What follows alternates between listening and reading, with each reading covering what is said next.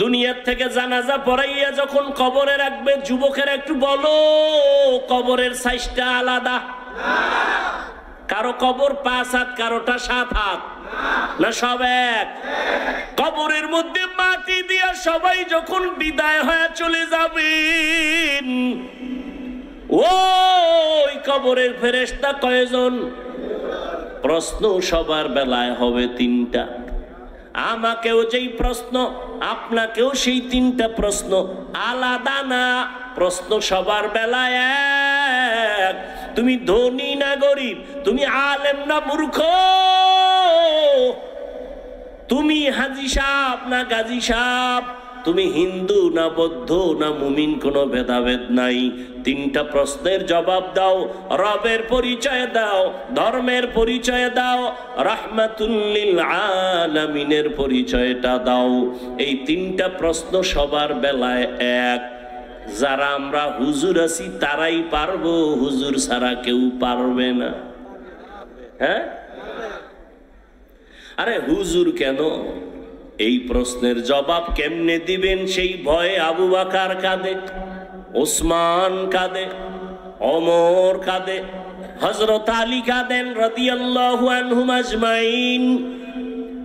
অথচ তাদের হাতে জান্নাতের টিকেট। তাদের কান্নার আওয়াজ কবরে কি উপায় হবে আমার? তারা যদি এত এলেম, এত আমল, এত তাকওয়ার পরে জান্নাতের টিকিট পাইয়াও কান্না করেন, তাদের তুলনায় আপনার আমার কি করা উচিত? কান্না তো নাই। কেউ যদি কান্না করে, তার দিয়ে তাকাইয়া কিছু কপাল পোড়ারা আবার হাসি তামাশা করে, কয় দেখ লজ্জা নাই কেমনে কাঁদে। অথচ কান্নার এত মূল্য। নবী বলেন, 1 ফোঁটা চোখের পানি যদি কেউ জাহান্নামের আযাবের ভয়ে ফেলে দাও, আল্লাহ ওয়াদা করেছেন তাকে আর জাহান্নামে দিবেন না। ও আল্লাহর বান্দারা, এখানে এত মানুষ, সবার আল্লাহ এক, নবী এক, কিন্তু দুঃখ আমি টুপি মাথায় না দিলে লজ্জা পাই, তুমি টুপি মাথায় দিতে লজ্জা পাও। তুমি ভিআইপি মুসলমান তো। আমি দাড়ি কাটলে লজ্জা পাই, তুমি দাড়ি রাখতে লজ্জা পাও। চিন্তা করেন তো বাবা। আমি মসজিদে না ঢুকলে লজ্জা লাগে, তুমি কেমন মুসলমান? তোমার মসজিদে ঢুকতে বড় লজ্জা হয়। আমি পর্দা না করলে লজ্জা লাগে, তুমি পর্দা করতে লজ্জা করো। আসল বিষয়টা কি বুঝো? যে যারে চিনে না সে তাকে কখনো মানে না। আমি রাস্তা দিয়ে হাইটে আসতেছি, একজন আর একই সাইড দাও, হে আমার ধাক্কা দিয়ে কয় সরেন। যখনই টের পাইছে আমি হাফিজুর রহমান, বান্দা জিব্বায় কামড় দিয়ে কয় হুজুর মাফ করে দেন, চিনি নেই। যে যারে চিনে না সে তারে কখনো মানে না, আর যে যাকে চিনে সে তাকে মানার মতো মানে, জীবনটা পর্যন্ত দিয়ে দেয়। তুমি এক নেতার পিছনে জীবন দাও, দলের জন্য জীবন দাও, মাইয়ার জন্য একটা ছেলে জীবন দেয়, দেয়নি? আব্বা বুঝায় থামে না, মা বুঝায় থামে না, ওই মেয়ের সাথে মরতে রাজি, ও আমার জীবন আর মরণ। ওর প্রতি মোহাব্বত এত গভীর হয়ে গেছি, ওরে ছাড়া আর কাউরে ভালোই বাসে না। ওরে তুমি যদি একটা মাইয়ার পিছনে পইরা জীবন দিতে পারো, একটা নেতার মায়ায় পইরা জীবন দিতে পারো, আমি আমার মাওলার মোহাব্বত আর রহমতের নবীর মোহাব্বতে কেন জীবন দিতে পারি না? তুমি যার মোহাব্বতে টুপি পরো না, আমি ওই আল্লাহর মোহাব্বতে টুপি ছাড়ি না। তোমার ভিতরেও কাজ করে ভালোবাসা, আমার মধ্যে কাজ করে ভালোবাসা, তবে পাত্র 2টা আলাদা। তুমি অসৎসঙ্গে দৌড়াও, আমি সৎসঙ্গে দৌড়াই। রবের মোলাকাত যারা চাও তাদের জন্য আজকের বয়ান। বলে রবের চিনি না, রবকে তার পরিচয় জানি না। এজন্যই তো আহলুল্লাহ যারা, আল্লাহওয়ালা যারা, তারা বলেন মান আরাফা নাফসাহু ফাকাদ আরাফা রাব্বা, যে নিজেরে চিনে সে তার রবেরও চিনে।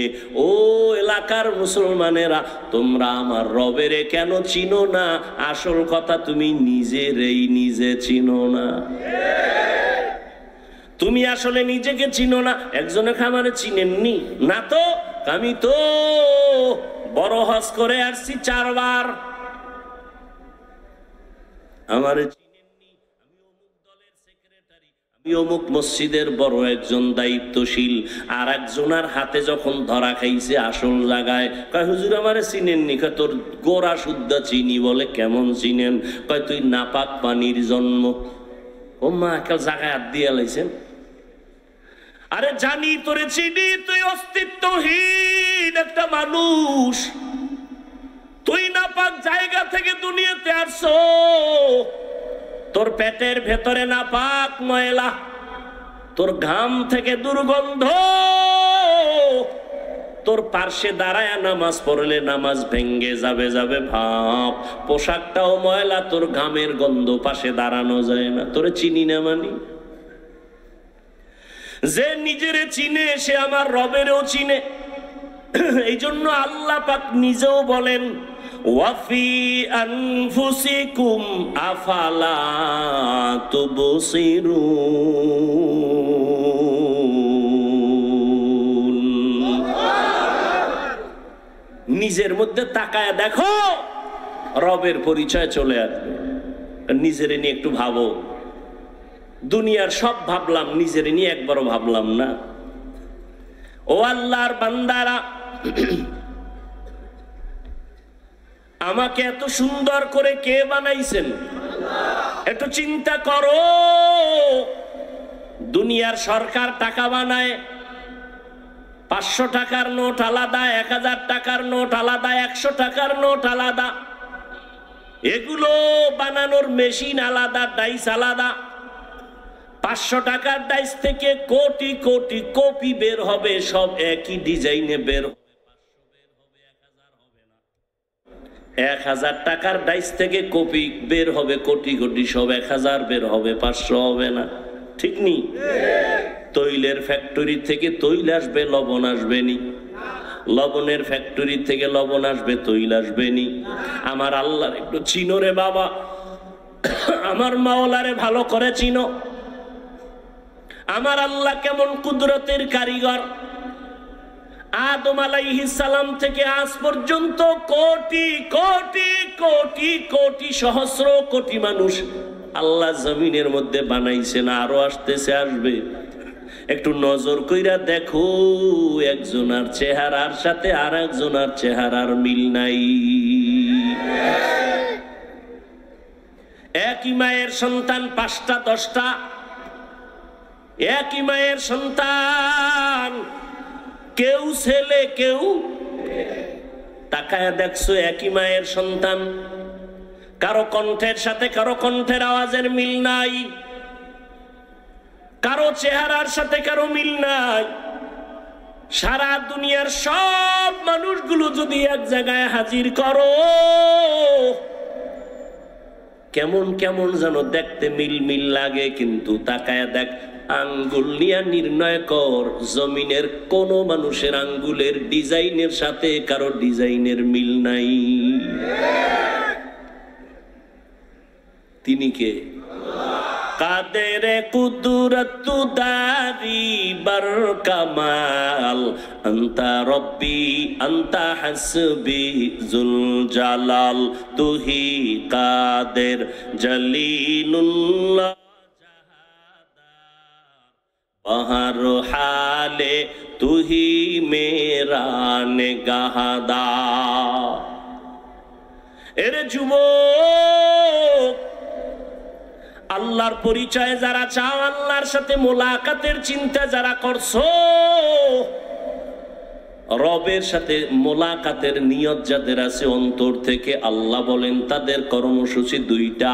তবে দুনিয়াতে রবের মোলাকাত হবে না, কিয়ামতের ময়দানে আমার আল্লাহ জান্নাতের মধ্যে ঢুকাইয়া পর্দা ছাড়া ডাইরেক্ট তার আশিকদের সাথে মোলাকাত দিবে। সেই মোলাকাতের জন্য 1 নাম্বার কর্মসূচি নেক আমল করা লাগবে। এই নেক আমলের মধ্যে আবার কিছু আছে আবশ্যকীয় মূল ডিউটি, কিছু আছে ওভার ডিউটি। দৈনন্দিন 5 বেলার নামাজ মূল ডিউটি, ইশরাক আওয়াবিন চাষ তাহাজ্জুদ হলো ওভার ডিউটি। রমজানুল মুবারক রোজা রাখবা মূল ডিউটি, ফরজ। বৃহস্পতিবার সোমবার দিন রোজা রাখো, আরাফার রোজা রাখো, আশুরার রোজা রাখো, ওভার ডিউটি নফল। ধনী মানুষ বছরে একবার যাকাত আদায় করে দেয়, এটা মূল ডিউটি, ফরজ।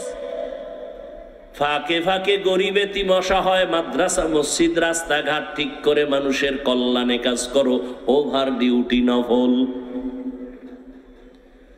জীবনে ধনীরা একবার বাইতুল্লাহ হজ করো, মূল ডিউটি ফরজ। ফাঁকে ফাঁকে তুমি ওমরা করো, ভিন্ন হজ করে, এটা ওভার ডিউটি নফল। নেক আমল করবা, ওভার ডিউটি করবা, মূল ডিউটির পরে ওভার ডিউটি করবা। এমন একজন নবী যায় নাই ওভার ডিউটি করে নাই, এমন একজন সাহাবী বিদায় হন নাই যে মূল আমলের পরে নফল আমল করেন নাই। অতএব বান্দা তুমি মূল আমল করো, এটা তোমার ডিউটি, এটা কামালিয়াত বাহাদুরি না।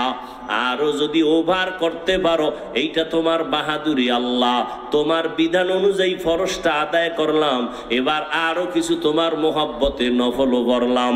কিয়ামতের ময়দানে আল্লাহ তাদের সাথে মোলাকাত দিবেন সামনাসামনি, মাঝখানে কোনো পর্দা থাকবে না।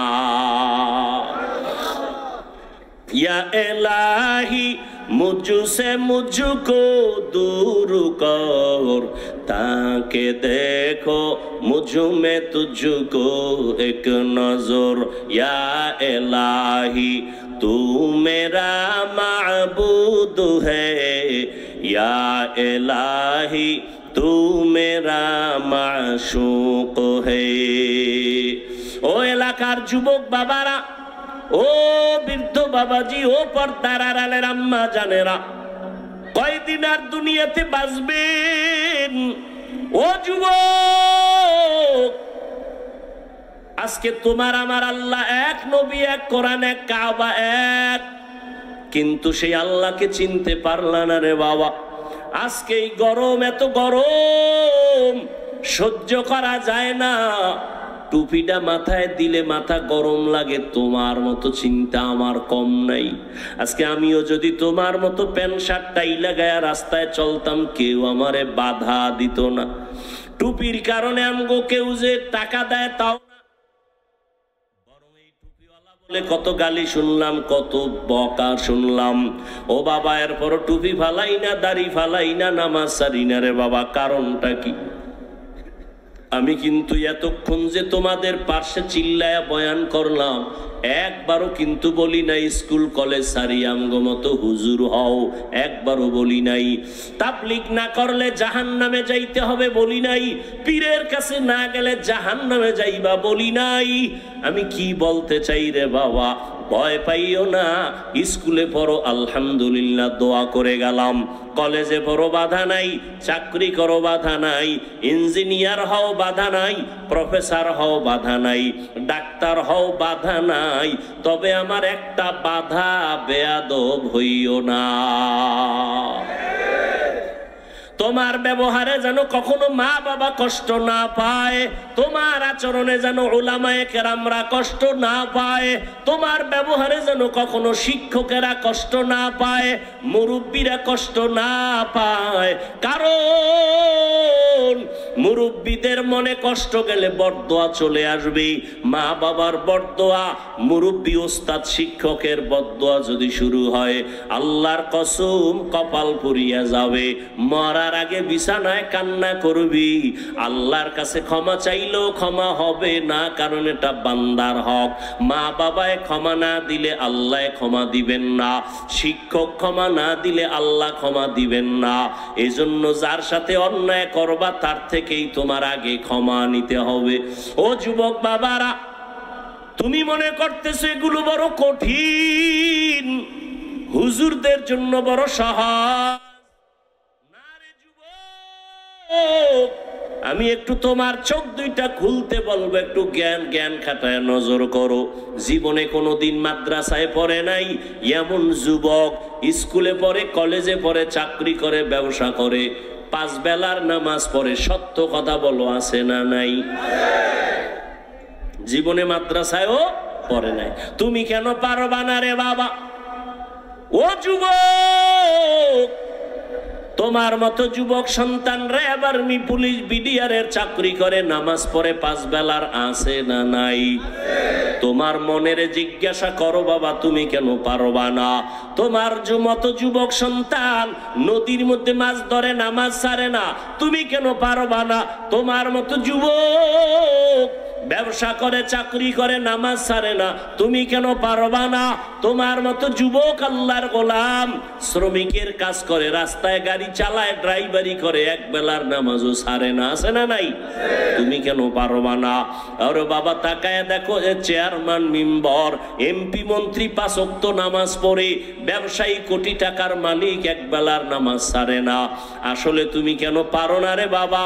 তুমি তো জানো আমার আল্লাহ আছে, কোরআন মানো, হাদিস মানো, কেন তুমি আজকে নামাজের মুসাল্লায় দাঁড়াও না? কয়দিন আর বাহাদুরি করবা? দেখো না ইদানিং যত লাশের খবর পাই, যুবকের লাশ বেশি। এই যে ঈদ গেল, রোজার ঈদ, কি পরিমাণ মানুষ দুনিয়ার থেকে চলে গেল। একসাথে 11 জন মরে গেছে, একসাথে 22 জন মরে গেল। যত মানুষ মরলো অধিকাংশ যুবকের লাশ। ও আল্লাহর বান্দারা, লেখাপড়া করো, চাকরি করো, মা বাবার দোয়া নিয়ে চলো, উলামায়ে কেরামের পরামর্শ নিয়ে চলো, মুরব্বীদের দোয়া নিয়ে সামনে আগাও রে বাবা। ও পর্দার আড়ালের আম্মা জানেরা, আপনারা তো কত দামি মা, আপনাদের আল্লাহ এত সম্মান দান করেছেন। আপনারা নবী না, নবীদের মা আল্লাহ বানায় রাখছে। আপনারা সাহাবায়ে কেরামদের মায়ের মতো মা, আপনারা আলেম হাফেজে কোরআনদের মায়ের মতো মা। এরে আম্মা জান, আপনারা কত দামি নারী। খাদিজা রাদিয়াল্লাহু তাআলা আনহার মতো দামি নারী, আয়েশা রাদিয়াল্লাহু আনহার মতো দামি নারী, ফাতেমা রাদিয়াল্লাহু তাআলা আনহার মতো দামি নারী, ইসমাইল নবীর মা হাজেরা আলাইহিস সালামের মতো দামি নারী, আপনারা ঈসা নবীর মা মারিয়াম আলাইহিস সালামের মতো দামি নারী, আপনারা ওই বেঈমান ফেরাউন, যেই ফেরাউন আমার আল্লাহর সাথে চ্যালেঞ্জ দিয়া নিজের খোদা দাবি করলো, আল্লাহর জান্নাতে যাবে না বলে, আমার মাওলার কুদরত হেদায়াতের বাতি তার ঘরে জ্বালাইলেন তার আপন স্ত্রীর দিয়া, নাম কি? আসিয়া। মদিনার নবী বলেন, কিয়ামতের ময়দানে জান্নাতে আমার সাথে আসিয়ার সাথে বিবাহ হয়ে যাবে। এরে আম্মা জান, ফেরাউন বেঈমান, এত বড় নিকৃষ্ট বেঈমান, ওই ফেরাউনের ঘরে আসিয়া এত বড় পাওয়ারওয়ালা স্বামী, সেখানে বসে আমার আল্লাহর গোলাম হয়ে গেল। আপনাদের স্বামী তো ফেরাউনের মতো।